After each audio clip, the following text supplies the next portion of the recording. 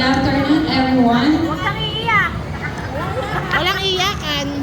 As we come to the end of this very special day, I want to take a moment to reflect on this amazing journey this little one have experienced. Today we celebrate their accomplishment, growth, and beginning of a new chapter of their lives.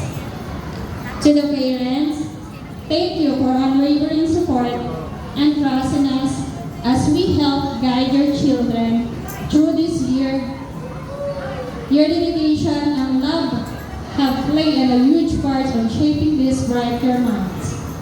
To Teacher G and Sarah Ben, thank you for your hard work, patience, and commitment.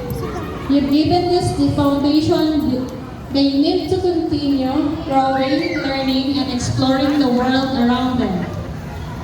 And to all dear graduates, you made us so proud. From the very first step into the school, to your big smile and laughter, you've shown what it means to embrace each day with excitement and joy. We can't wait to see all the wonderful things accomplished in the years to come. Remember, this is just the beginning of your adventure.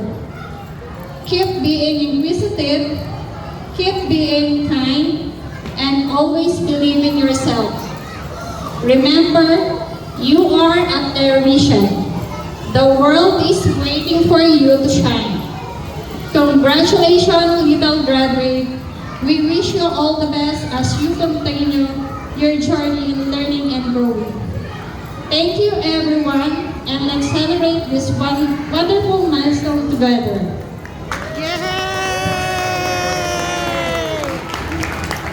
Thank you,